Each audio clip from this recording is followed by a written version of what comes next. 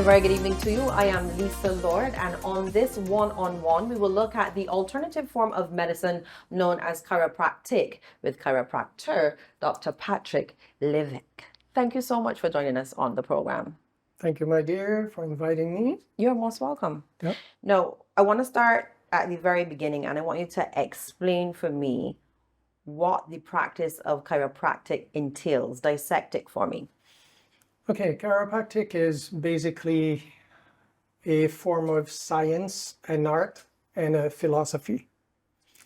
Based on the fact that the philosophy of chiropractic is to adjust, realign, as it's known here, realign the spine to promote the amount of energy you have in your body to be spread in the entire body instead of just in one area. So the art is basically knowing how to do it, and the philosophy meets the art when you do the practice, when you practice chiropractic, which is basically the ideal setup for a chiropractor to meet the needs of the clients. What parts make up the musculoskeletal system? Because I know that's the system that you concentrate on. Okay. The musculoskeletal system is basically the relationship between the muscles and the bones themselves. Muscles approximate bones. When you contract a muscle, it will approximate two bones. Whatever muscle you contract in your body, they will approximate bones. So basically, it needs an order from somewhere else to do that work. That's why we call our work neuromusculoskeletal, okay? Where the nervous system is the priority. The brain sets up patterns of energy, sends it all over in the body, from the tip of your head to your tip of your fingers to the tip of your toes. There is a flow of energy going down. Now, it needs to come back to inform the brain that things are working good or not working so good, okay? So basically, that same influx will come back to the brain with the response the brain needs to function.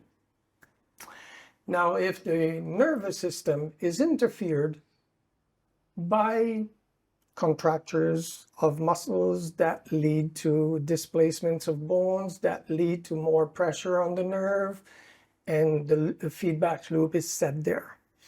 So if that happens, we have a displacement of a vertebra causing a nerve irritation or inflammation, or what known as pinched nerve. Okay, and that will cause the muscle to contract. But since the principle of informing the brain is cut off by that pressure on the nerve, it will not send back the reaction properly. So you don't have the cutoff of the contracture. Muscle will stay contracted to a certain extent, and this will cause first sight pains. Then you end up with the recycling of this for 10 years, 20 years, 30 years, 40 years, and more. That will come to cause more and more problems in the nervous system, more and more problems in the muscular system, and the bones will have to react to that, okay? So basically, you end up with a nervous system first that is interfered by vertebrae that are not in their proper setup, and this will prevent the proper neurological input to the muscles, which will then also prevent a proper information to go back to the brain. So the muscles does not relax, it stays contracted, maybe 10%, maybe 5%, maybe 20%, it depends on the source of the problem. So basically what happens there is you have that feedback loop, as I just said, that goes on and on and on. And this is why it's important for people to understand They have to start early in life. They have to do things before they catch the pain or the pain catches them. Yeah. So this is basically the relationship between the neuromusculoskeletal system. There's a bit more to it if we introduce the inside organs, because the brain communicates with everything in your body, right? So if the brain communicates with everything in your body, it needs to communicate at 100% of the time.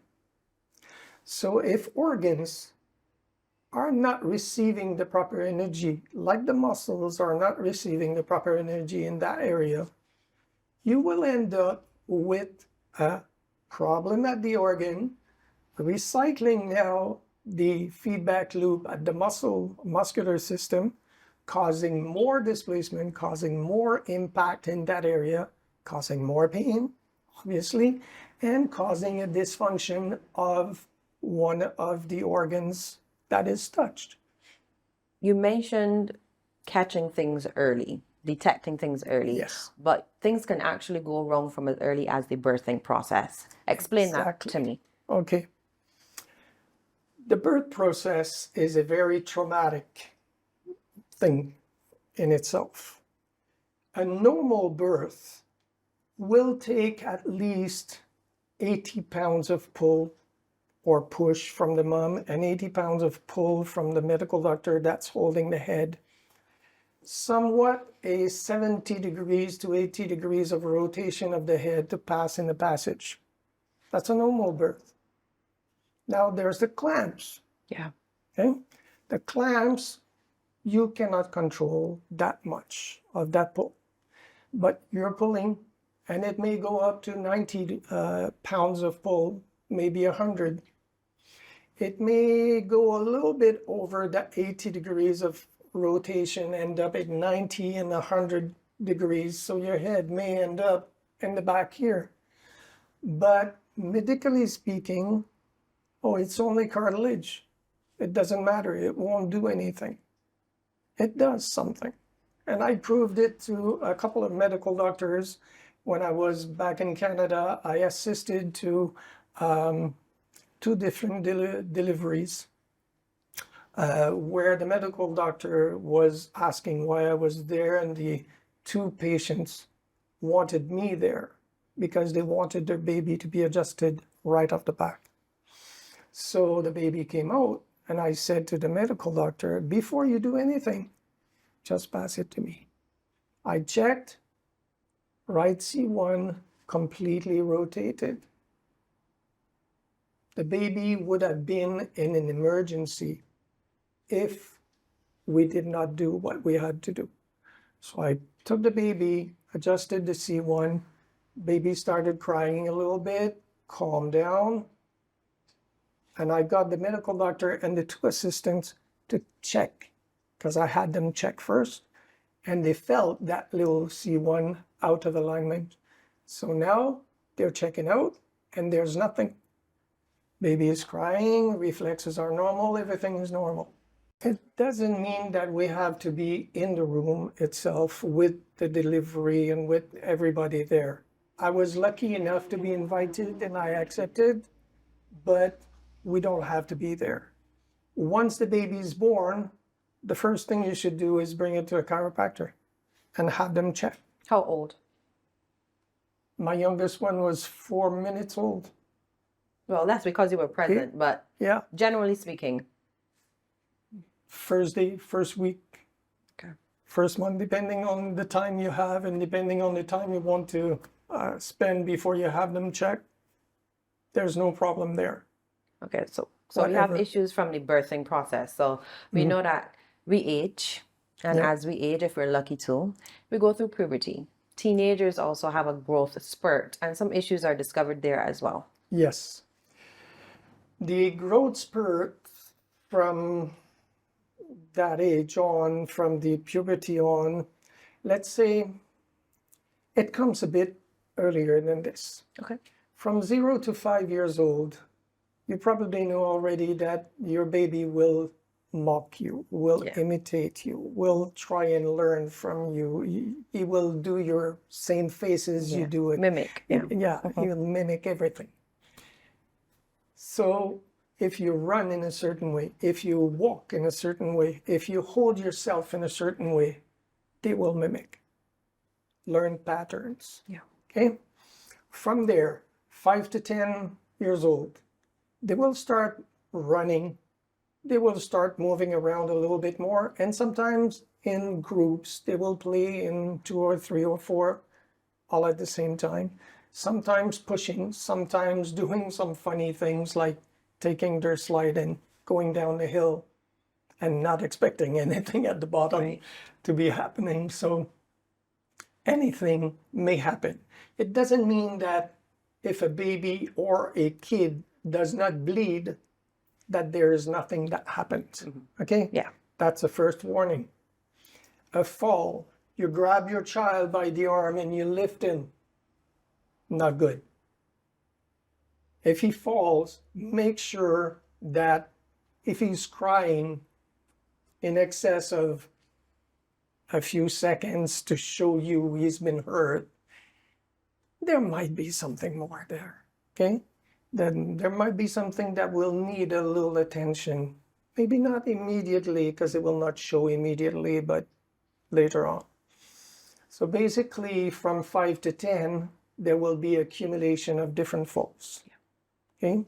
Then you will see your adolescent sit like this. Probably like how I'm sitting now. Okay? Yeah. Not Or even like this. slouching. Things like that. Slouching all the time. This comes from what he's learned to be comfortable from the falls that he accumulated. Okay? So the body has learned to be comfortable slouching that way to protect itself, to protect the nervous system. So now you have an adolescent that cannot sit properly because he's not comfortable. He's hurting. Okay? This is an alarm. This is an alarm. This is the first alarm. You should actually suspect something is quite severe, because the worse the slouching here is, or the more often it happens, the more damage there is. Okay? So at that point, what you have to understand is that if you delay the visit, if you delay the approach, you will then cause more damage to that child's spine.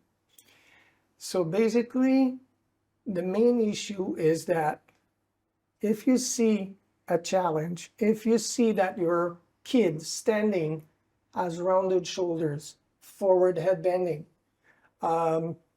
he's holding or she's holding on one leg more than the other, or they have a tendency to cross the arms and just stand on one leg and for hours sometimes.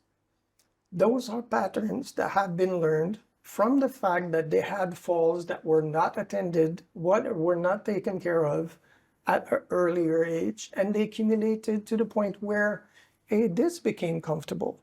It may be just a sign that the pelvic bones are unleveled. It may be a sign that they have a scoliosis. It may be a sign that they have curves that are not supposed to be there. Or maybe they started the new trend Yeah. like this all the time, right? We can't get away from that though.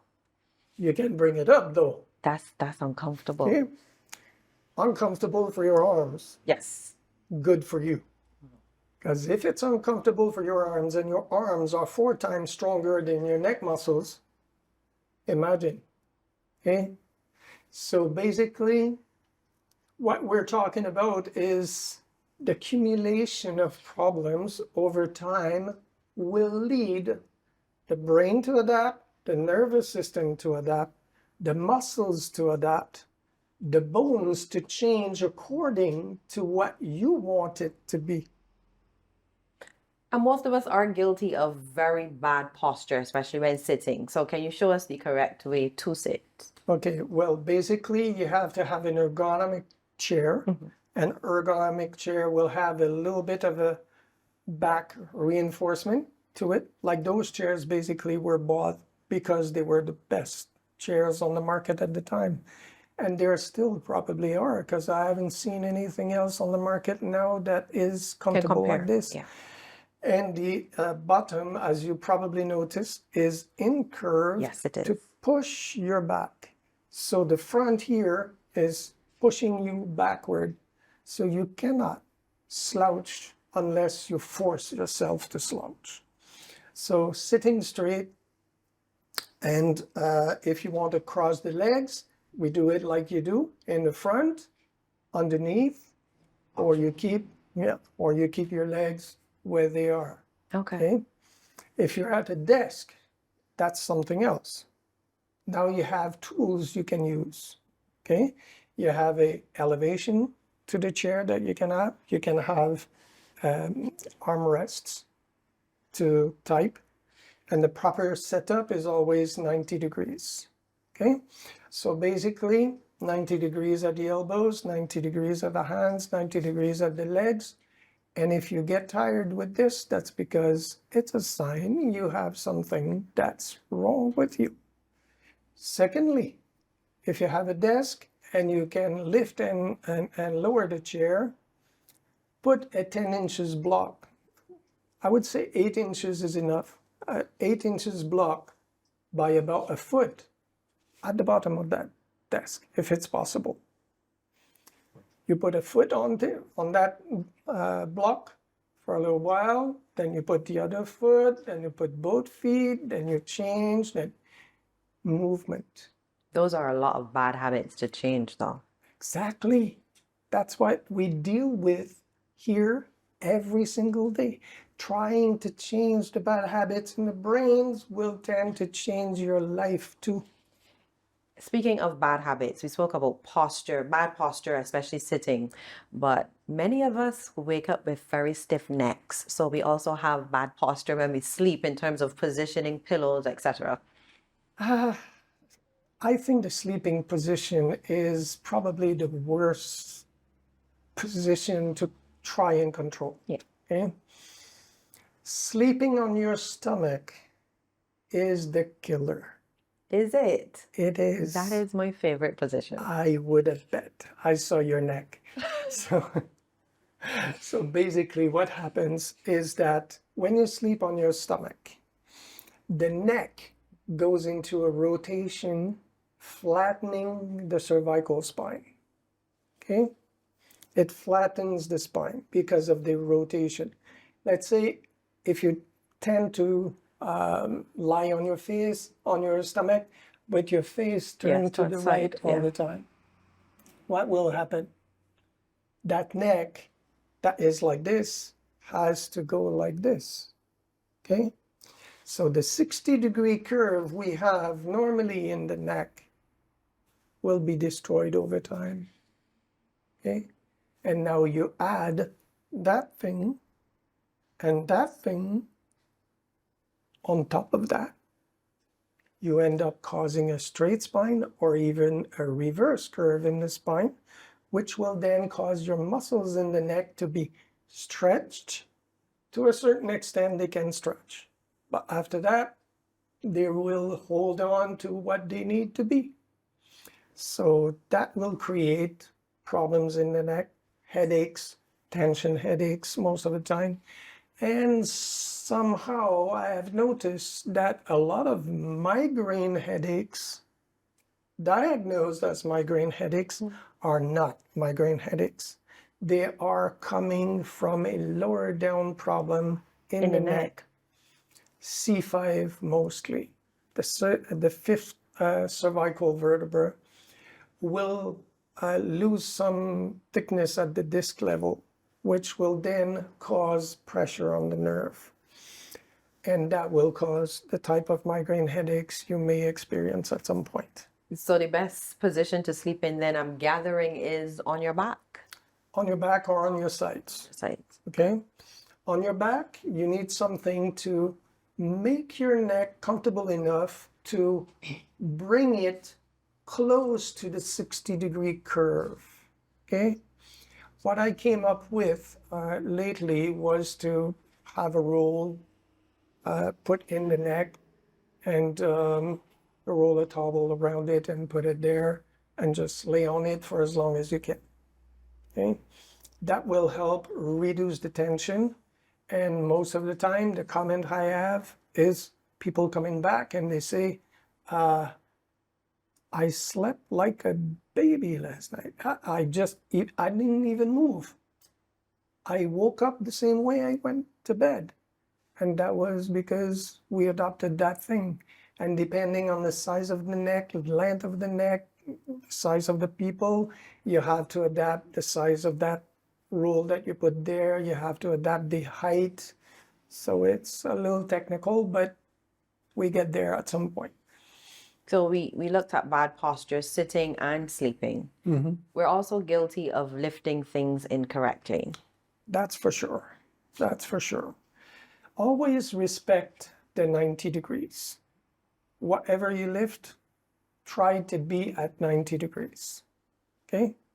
That means if a box is empty and you lift it at the tip of your arms, you might end up with a lower back issue or a neck issue because the what we call the lever, more like physics type of thing. The lever in physics, the further the arm is from the body, the more weight you're going to have at the end of the lever. Same thing with what we lift.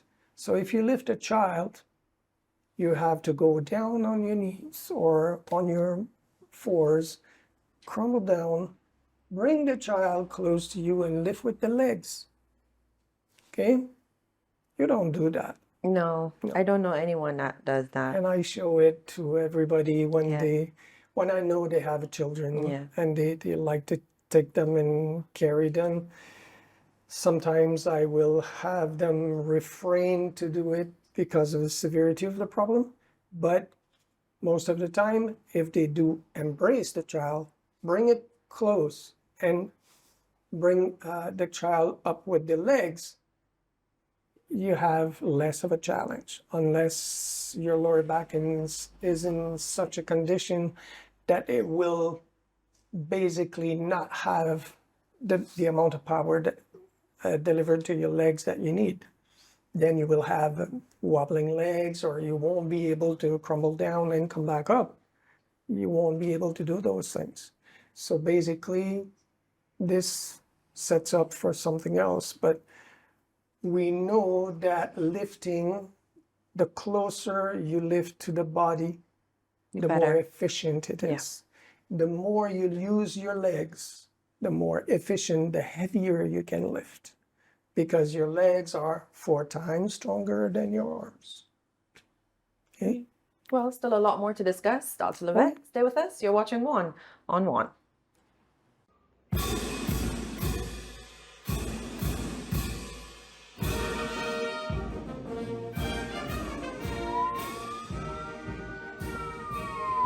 The Barbados Police Service is a dynamic organization which caters to the needs of all residents by providing excellent customer service within our communities.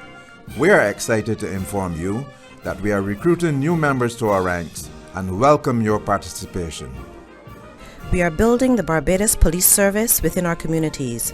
Are you smart, skillful, motivated, ambitious, reliable, and talented?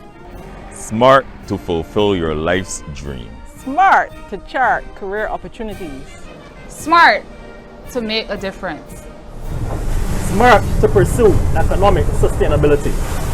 Smart to enable change.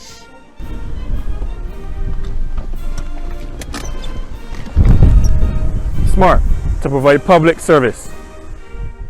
I say to you today, if you have a love for people, if you enjoy nurturing your communities and taking care of persons, then definitely the Barbados Police Service, of which I am a proud member, is the place for you. So I encourage you, lend us a hand, join us now to help keep Barbados safe. Come join us, join me in making our country a safer Barbados. Your place is here in the Barbados Police Service. Come, join our ranks and chart a career of economic sustainability. Make that difference as an agent of change while providing public service as you fulfill your life's dream.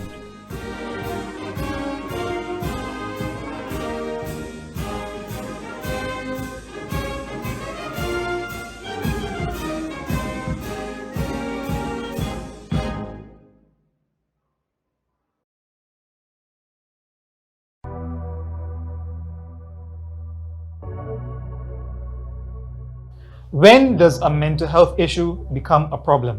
When should you reach out for help? I'm Krisnan Hurdle, clinical psychologist and certified life coach. Mental health issues interrupt a person's daily functions. An issue becomes a disorder when a person isn't able to carry out their everyday activities like household duties, personal upkeep and hygiene, or interferes with their ability to function socially, to interact with others inside the household, or interferes with their ability to function on the job or carry out other activities. If a person finds themselves needing to self-isolate, losing touch with reality, or having an impaired ability to think, reason, or function, and if this occurs over a period of days, weeks, or months, then it is time that they reach out for help.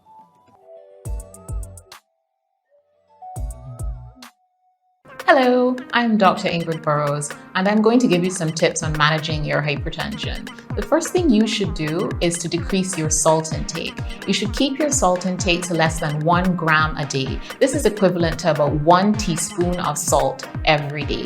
Another thing you should do is to ensure that you're getting enough physical activity. You should aim for 150 minutes of aerobic exercise every week of moderate intensity. For example, brisk walking, light jogging, swimming, or running. This equates to half an hour of exercise 5 days a week.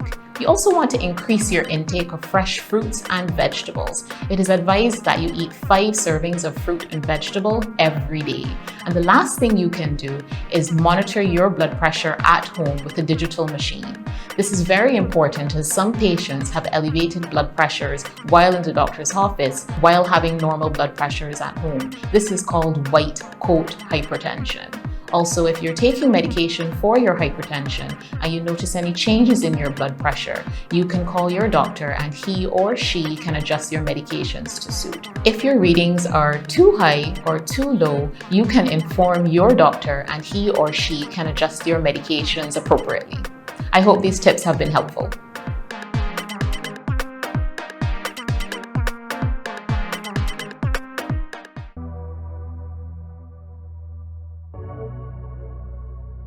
Tell me who a man spends his time with, and I'll tell you the type of man he is. Isn't it true that people become like the company they keep?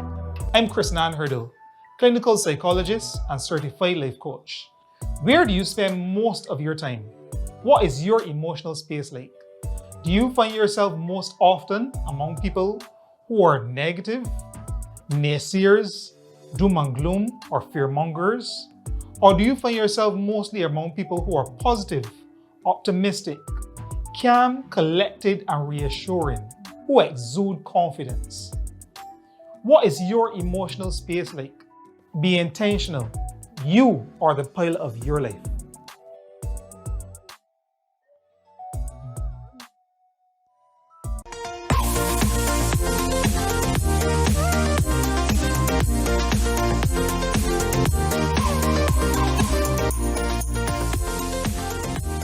Welcome back as we continue our discussion with chiropractor Dr. Patrick Levesque. Now, as a chiropractor, you focus a lot on issues surrounding the spine. What are some of the most common issues that you see here in your practice? Okay, well, spine-wise, there's always something else associated with it. Okay, people will come in with, oh, I got muscles that are painful. I got muscles this, I got muscles that. Everybody associates muscles to pain and pain to muscles. Muscles receive their energy from the nervous Nerves, yeah. system. Okay, so there's a nerve not doing its job that will cause those muscles to cause misalignments in the spine, which will then cause inflammation, irritation, and all kinds of wonderful things may arise. You may end up with a tendonitis in the arm, in the biceps, let's say, which will be caused by a neck issue at C5, C6, a nerve being pinched there. It may go down to the forearm. It may go down to the fingers, causing numbness and tinglings in the fingers. It may cause a tendonitis, which is called tennis elbow, golfer's elbow, medial tendonitis, or epicondylitis. It may cause frozen shoulder syndrome, where you cannot lift the arm at all. So all of this will come from a certain portion of the cervical and upper thoracic spine that will cause those problems to happen. So those are very frequent. Headaches are very frequent. Lower back pain from, I would say, lumbar strains to sciatica, to bilateral sciaticas, which are a little bit rarer and a little bit more complicated to deal with. And it may be heel pains. A lot of heel pains lately. I've been having good results with plantar fasciitis coming from the lower back. People think, oh, my feet are okay. Your lower back is not okay. And the nerves that are being pinched are causing the issue In your right nerve, down yeah, in your feet. plantar fascia. So you end up with a plantar fasciitis neurologically induced by something else above, which is in the lumbar area. You may end up also with carpal tunnel syndrome, which is very frequent. Yes. And takes a long time to deal with, because to get to a carpal tunnel syndrome, it takes time to get there. You had the warning signs that you never took care of, and now it's the end result. Okay? As I always say to patients, the more you're going to wait, the more problem you're going to have. And this is not constant. It will come in little steps, because the pain threshold in the brain will adapt to your condition. Until it can't. Until it cannot anymore, because there's too much, there's an overload. Okay, so you may be in pain for 2 or 3 weeks, and suddenly there's no pain anymore. Pain threshold just came up. So you need more insults to that new pain threshold to reach it, so that you feel pain again. Now the pain will be more severe and last a little bit longer, and you tolerate it because you tolerated it the first time and it went away. So you tolerate it again. Pain threshold goes up again. And now you need more destruction to get to that new pain threshold. And it goes on and on and on. Now you visit your friendly chiropractor expecting to have a result overnight. There. It won't happen. You're a human being. You provoked the condition you're in, and now you expect it to react quickly. Whatever I could do, it will not react quickly if your body is not ready to accept. Okay? I could go very hard on you, and it will not move more than 1 to 2 millimeters at a time. You mentioned sciatica. Yes. I remember when I was growing up, I would hear about older people complaining about sciatica. I have friends in my age group now, in their 30s, complaining about sciatica. What's happening with sciatica? Wow, that's a good question. There's a lot of principles behind it. There's a lot of learning lessons behind it.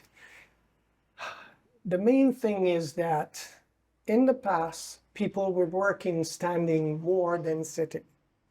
They were active. They were moving a lot more. They were going to different parties, different venues, different things, which basically is not happening that much anymore. And people spend more time behind the desk or behind the phone or behind the computer, sitting and not moving.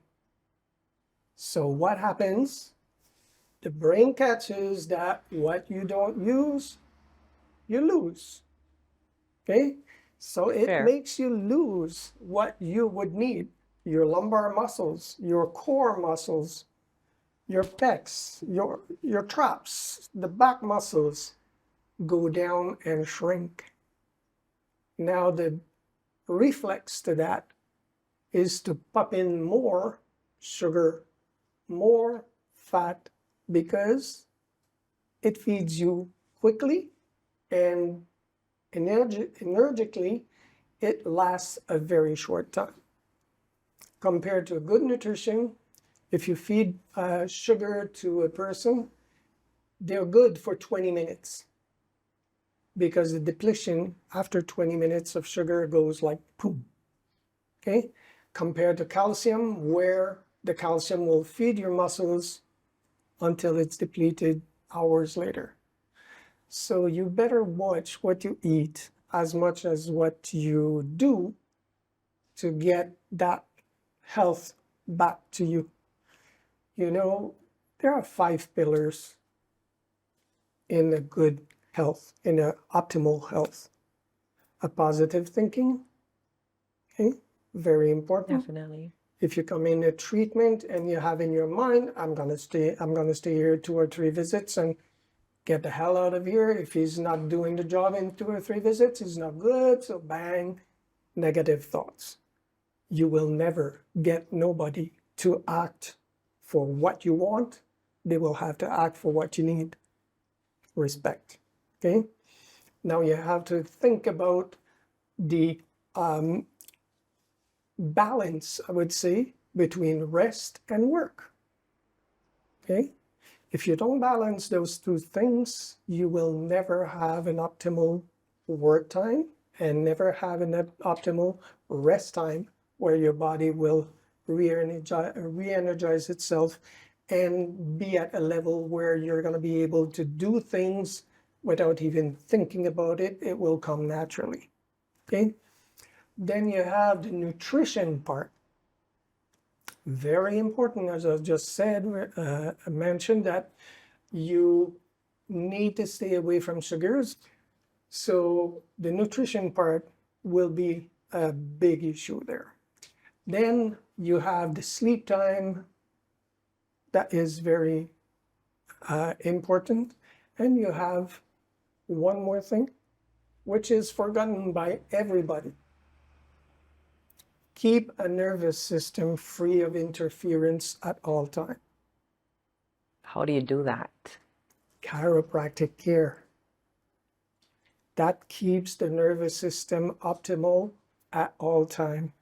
Even if you're in pain, it doesn't mean you're sick. Okay? That's very different. The pain pattern comes when you have more inflammation in your body. Yes.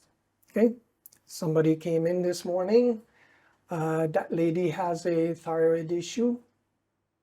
I knew she would be a bunch of problems to deal with. She was. The minute I started touching her and doing things, she was in pain and in pain and in pain. And I told her during the report, you will be in pain when I will touch you at first. When I deal with the problems, you will be in pain. Don't worry, it will calm down at some point.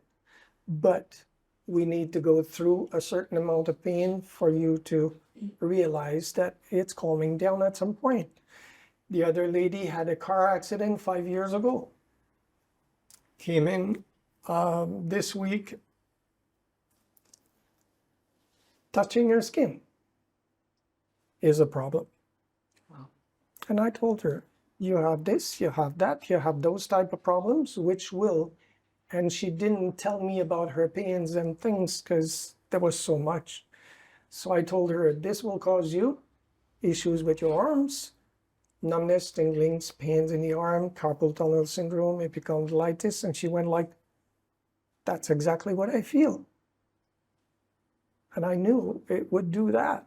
Then I came down the area of in between the shoulder blades, digestive issues, reflux, stomach pain, and things like that happened. Then we went down the lumbar area with lower back pain and lower back muscles being tense. And now I say, hey, you have problems with your menstrual cycles from a long time ago. She goes, yeah, how do you know that? It's written there. Yeah. You have to read that book. How often, now that you mentioned accidents, we know sometimes people get in an accident where they were ended and they don't go to the doctor immediately. They feel fine. Mm-hmm. Sometimes weeks after, months after, Exactly. they start feeling back pain, shoulder pain, etc. The impact, okay? The quality, the quantity, the speed, where the impact was on the car, where they were sitting in the car, all of this is all coming down to a point where you're going to have symptoms that are immediate or symptoms that will be delayed. If we look on the different stages of the spine at different moments in life, a normal spine will always keep its 60-degree curve. The discs will thin a little bit between the vertebrae. The bones will be closer together a little bit as you reach the 60s approximately, and then it will go a little bit more after that. But from 0 to 60, you should be able to maintain an arch. You should be able to maintain somewhat close to normal disc thickness. And that will prevent a lot of things from happening. Yet, if you have accidents, falls, bad postures, in the past, they were carrying stuff on their neck, on their head, with pretty heavy loads. Mm-hmm. That will cause compression. Okay? Handstands in yoga. Don't headstand. Put the hands and elbow stand. Okay? You protect your neck that way. One of the conditions that you have not mentioned, but I know is very common, scoliosis. Yes. And you're seeing it a lot in children. And before, it was blamed on the heavy bags that they would take to school filled with books. Okay. It's still blame on those, but it's not the only source. Okay. There's different types of scoliosis. One that we encounter the most is idiopathic adolescent scoliosis. And this is idiopathic, has no etiology. We don't know where it comes from, it's just there. But if it's a girl with a certain amount of degrees of curve in the spine, look at the mom. She probably has the scoliosis. Because 80%, 84% actually, of kids that have a scoliosis, the mom has a scoliosis. Okay? So, and in boys, it's about 20, 24%. So basically, in women, different curves will call for different type of treatments, and different symptoms will also call for different approach. In men, pretty simple. It moves or it doesn't move. That simple. All of this thanks to hormones. Okay? Because that's the hormones causing those things. The more research there is done on female scoliosis, the more they come with the fact that the progesterone, estrogens, and female hormones will be at the source of what's happening. So women are more predisposed to scoliosis. 84%. That's a high number. It is. And sadly, I have quite a few here. I come to a point where you have to know what you can do and what you cannot do. You have to know when to start and when to stop. Okay? With scoliosis, it's about that.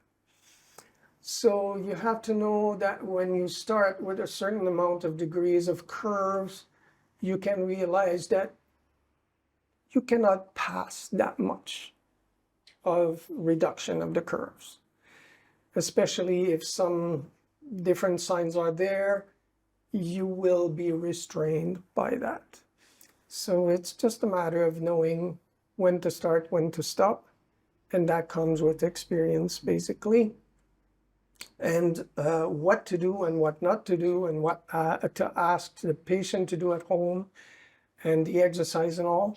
Those are all things that we discuss one-on-one, because no two people are the same. Yeah. You may have somebody with a sciatica and a scoliosis. You may have a scoliosis that's 4 times stronger than the previous person, and they will not have a sciatica. Generally, persons come to the chiropractor only when they feel pain. Yes. But generally, in terms of you giving advice, how often should a person really visit a chiropractor? Okay. As I just said, there's a start, and then there's the rest. You have phases in treatments that will deliver for the needs that you have at that point. time, yeah. Okay? So if you start your treatments and you have all kinds of different pains and health problems and health issues, you will be seen more often until we break the patterns that are causing the majority of the problems. So you will see things change pretty rapidly at first because we're seeing you much closer. Then we reduce the amount of frequency of treatments per week to, let's say, 2 treatments per week at that point for a longer period of time. This is the corrective care type of approach, where what we want is to address a little bit of the pain that is still there, because it will be reminiscing and coming back all the time.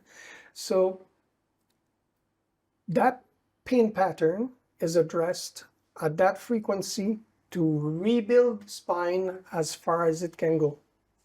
From that rebuilding of the spine, you decrease the amount of destruction between the joints, the amount of inflammations between the joints, inflammation, and the amount of tear and wear and tear, I would say, on the bones, on the ligaments, on the muscles, and all. So at the end, 6 months later, if we retake the same x-rays, we will see changes on the second x-ray. That's the base line of that phase of treatment. Then there is the less frequent phase, 1 time a week, that we normally should see for 6 months. Okay? That 6 months is stabilization. Stabilization care, why? Because you've been for years in a bad condition, in bad shape. And now we've done some work to remove some of the problems that are causing you the pain.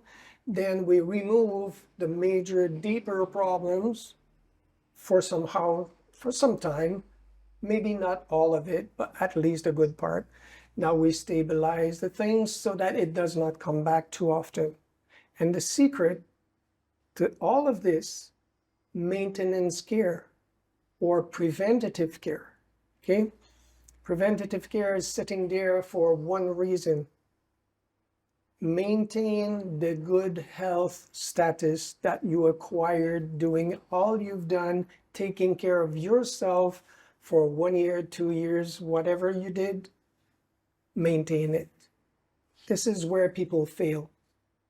No maintenance care comes to mind at all. Over the years, Dr. Levesque, I know that persons have a general fear of chiropractors. We see the jokes about, a chiropractor possibly popping something out of place and it not going back into place? This is completely false. It's not happening that way. When you move a bone, you cannot move a bone more than 2 millimeters at a time. Because past that 5 degrees of movement of the joint, the ligaments are there. Before that, there's muscles that are there. So you have that play in the neck that you can turn normally 80 degrees on each side. Okay? So when you get to that end range of motion, you have that 2 millimeters work that can be done, which translates to about 5 degrees of rotation that will happen. Okay? So if you pass that, you strain the muscles, you strain the ligaments, and if you pass that, you break. You have to be, sorry for my French, but stupid to be doing that work to the point where you're going to cause issues like this. And we're not brought up, and we don't sacrifice our life almost to help other people to break necks. It doesn't happen. Okay? In 39 years of practice now, yeah, somewhere like that, 85 until now, never had any accident of any sort with anybody. And this is because I do a proper consult, I do a proper exam, and I do proper x-rays, which are postural. So basically, postural x-rays is standing x-rays, and there's certain things you have to respect to make it happen the way you want the x-rays to be done. So basically, you avoid as much as possible conditions that will put you in trouble as a doctor and that will put your patient in trouble as a patient. So it does not happen. Okay, so that's one of the biggest misconceptions. Single bit of advice for persons watching or listening to this program beyond diet and exercise that you've already mentioned. I would say start early. Bring the kids in, have them examined, have them checked properly. Go through the whole shebang of what's needed, and then make sure that they have a regular treatment happening. They will thank you later because they will avoid a lot of bad things from happening to them at a later date. Because remember, what you've done until now, until 30, 40, 50, 60, or 70 years old, accumulated to the point where you have serious issues when you start visiting. Why would you let your kids have the same problems you had? Because remember, they will mimic. Okay? So if they mimic, they will mimic your posture, they will mimic your ways of doing, your ways of acting, your thoughts, your ways of thinking, and they will end up in the same line of problems. Break the patterns, bring them in early so that we can see if we can help them to grow in a better way and avoid serious issues later on. Dr. Levesque, thank you so much for sitting and speaking with us. It has been very informative. I certainly learned a lot, and I really appreciate you taking the time out. Thank you very much. You're most welcome. Appreciate it. You're most welcome.